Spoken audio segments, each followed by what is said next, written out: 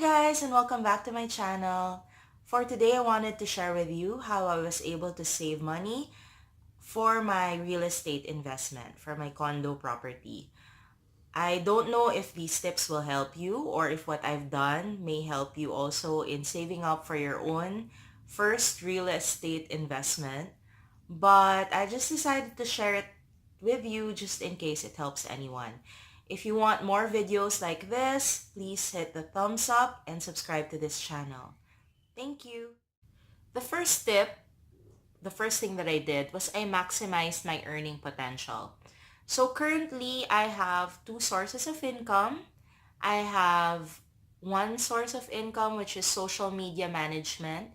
We have two clients at the moment that pay us a monthly retainer, and I hired people to manage their social media accounts, and I make money off the top of that. So the difference between what the client is paying us and what I'm paying our social media managers, that's the small amount of profit that I make per month to basically, well, make money and for me to invest and save. So that's one source of income. And then I have another source of income, which is my small events company. We organize events and fairs. So these are self-financed events. And I also have a small team for that. I am now working towards a third stream of income, which is something that was active before, but I didn't really take care of once I got busy with the events, which is we sell furniture and home items through my online page, Modern Home, and also at our own fairs and events. So if you want to check that out, you may visit our IG and our FB page at Modern Home PH. Sorry, nagplug. So at any given time, I have 2 to 3 sources of income. If I can get even more, that's better. But my main point is I can't rely on just one, especially since I'm self-employed. Given that we're young, hopefully, we're energetic, we still have a lot of time on our hands. Like I'm single in the sense that I don't have a child. So I try to use my time smartly and productively. If you can get a sideline during the weekends, get a part-time job, better if you can start your own business on the side, even with a small amount of money. And once you've figured out a system for how to make money with that business, you can then outsource or hire someone to do the work so that you can again create yet another source of income for yourself. So that would be my first tip because it's really hard to save up enough with today's wages locally unless you're working for a really good company with amazing benefits. It might be hard for you to save up. So my tip would be first maximize your earning potential, figure out ways to earn extra income, and from there you can then save up. So some tips for earning extra income or side jobs could be one, you could try online sites like Upwork, Fiverr. You can try applying for part-time teaching jobs or tutorial jobs like 51 Talk or at a tutorial center or just getting clients around your neighborhood. You can be a wedding singer or wedding performer if you're really good at what you do, wedding photographer, makeup artist. Actually, makeup artists earn really well and photographers as well. You can try selling insurance, selling real estate. There are so many things that you can do to earn extra income on the side. And maybe in future videos, I'll share with you the sidelines and side jobs that I did to be able to, well, basically save up money and further my own business and build up capital for my business. So those are things that I can share with you in the future. Those are just some ideas. Feel free to share your sideline or racket opportunities that you personally have tried or want to try in the comment section below. My second tip for you guys, or what I do next, is I made it hard to access the extra income that I made from all of these sidelines and from the secondary income source that I have. So what I did, at least for myself, is I separated my money into different bank accounts. I have 2 to 3 savings accounts, and I have one checking account with no ATM card.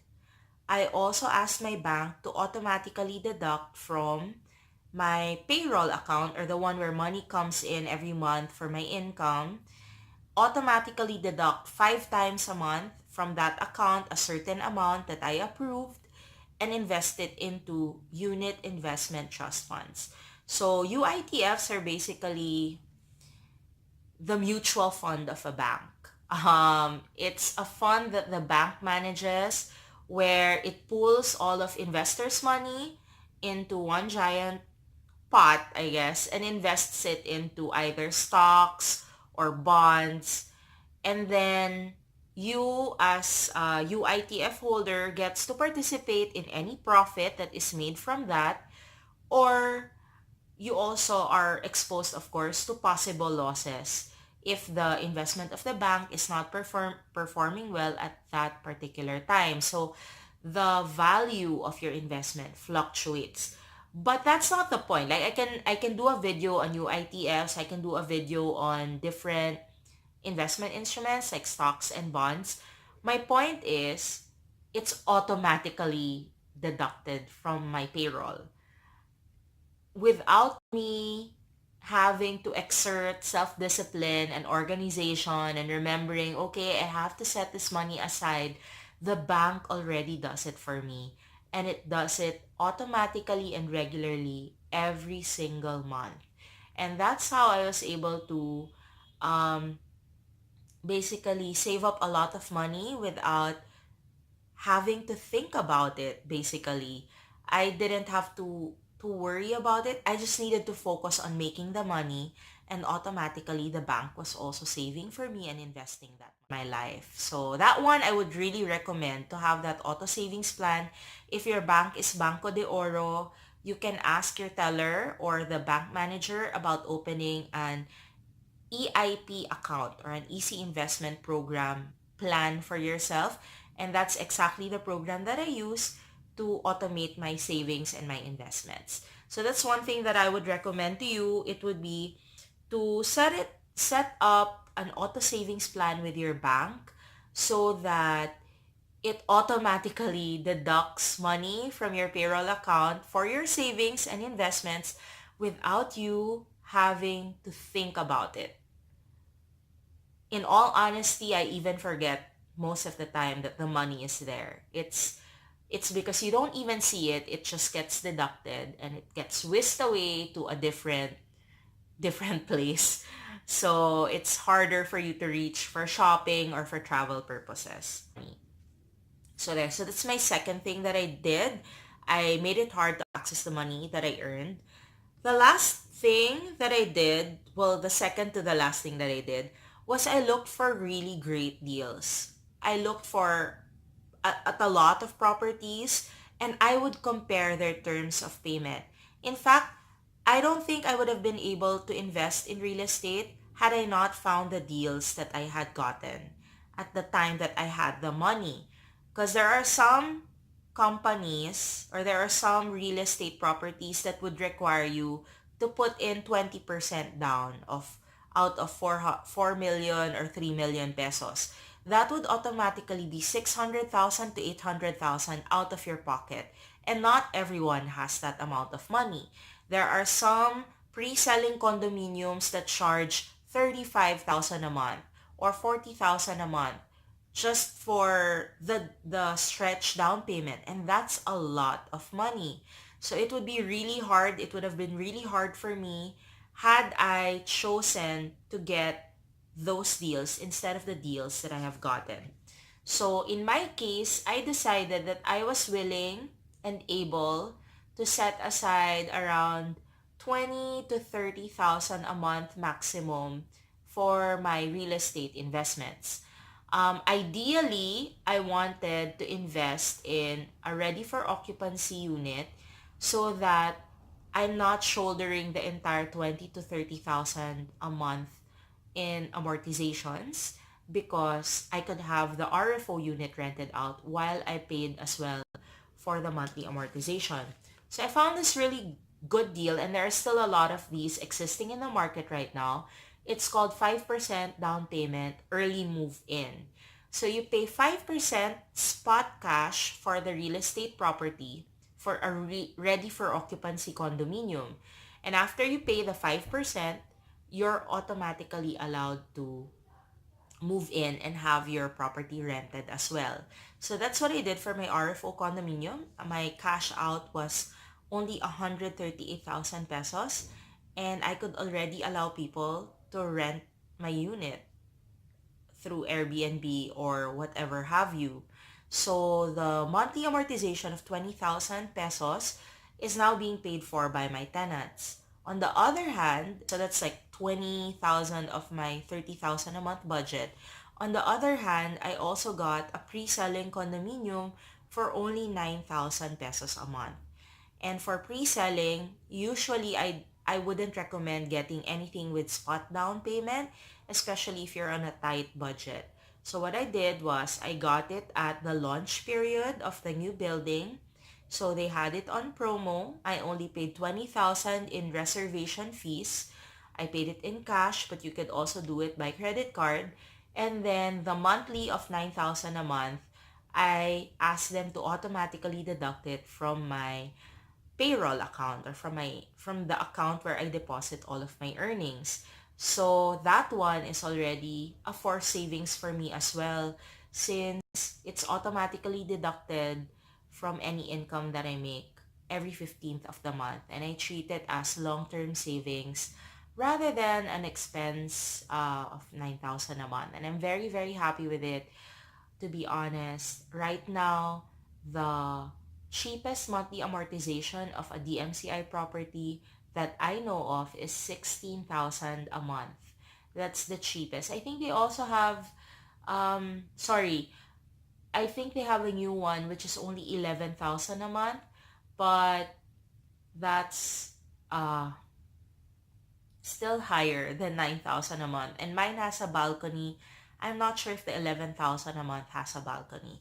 So my point being, look for really good um, property deals. You will only find out about these deals if you keep on looking at classified ads and you inquire with the people who flyer at the malls. There are even deals where it's in-house financing. I found a really great deal, but it wasn't in a location that I wanted. It was in Marikina. It's a townhouse, and basically there's no down payment. All the developer wanted was for you to be approved for a bank loan, and once you're approved for a bank loan, you just pay 27,000 monthly for the next 15 years, and the townhouse is yours. Upon bank approval and the bank pays the developer, you can already move into the townhouse. So that's just, as long as you have 27,000 a month and you get approved by the bank, you can already own a townhouse in Marikina. And the townhouse is pretty nice. It's just that I was looking at places that were near my house, and I live in Pasig, so Marikina was a no-go. There are also developments in Ortigas, from what I know, at least when I was inquiring last year, where it's 10%, 10 years to pay, 0% interest, rent to own, and it's financed by the development company. If you want to know more about that, try to check out Robinson's Right Homes, and they're the ones with the RFO properties that usually offer 10 years to pay at 0% interest. And I believe they don't also conduct credit investigation, as long as you can pay the monthly, which is a bit high since it's only 10 years to pay. But you're not gonna pay additional in terms of bank interest rates. And aside from that, you don't need to pass for a bank loan, which is really hard for self-employed individuals like myself. So there, I recommend if you're really serious about investing in real estate that you can check out um, all the real estate deals that you can get your hands on.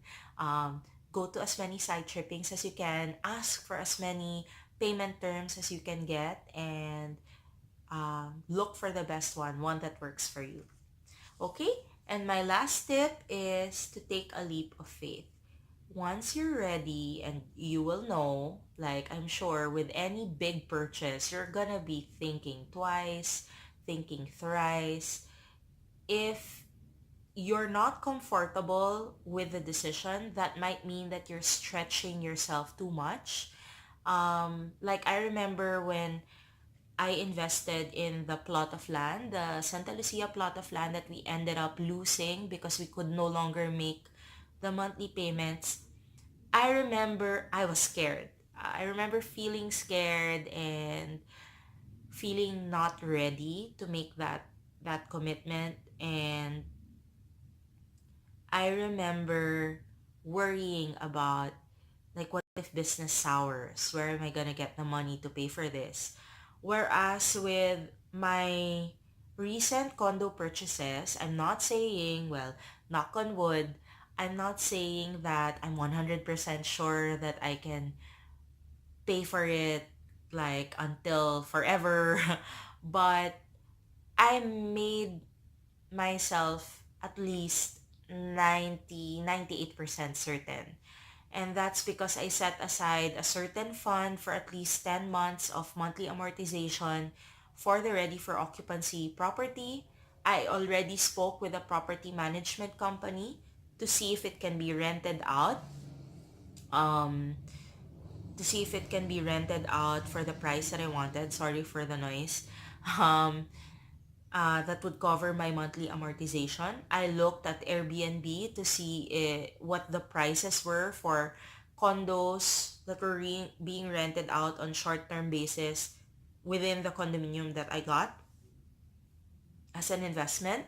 So I was pretty confident that that was a good investment for me. On the other hand, I also checked the pre-selling condominium and I asked myself, can I pay 9,000 a month regularly? And the truth of the matter is, if I can pay for my own salary and I can pay for other people's salaries with no problem, for the last 8 or 9 years, I am pretty sure I can afford a 9,000 a month investment. So I thought as long as it's automatically deducted and I don't have the chance to think about it every month whether or not I'm gonna pay for the 9,000 a month monthly amortization, it really is no problem. So I automated that as well. I asked the MCI sign an auto debit form so that every month they are free to withdraw 9,000 from my account every time the due date falls. And that's why I've been able to maintain payments on that one. Because before I can shop, before I can pay people's salaries, before I can even spend on myself, it's already been deducted by the MCI. And I'm very, very thankful that auto savings and auto deductions have been invented. So yeah, so I hope I was able to share some tips that might be of help to someone else. I think the most important tip is to maximize your earning potential and if possible to automate your savings, because if you're already finding it hard to manage like daily expenses, it would be really hard for you to invest in real estate. So it depends. Like maybe you can look at also foreclosed properties, or you can also look at assume balance, foreclosed properties. Pag-ibig housing is also another option for you. But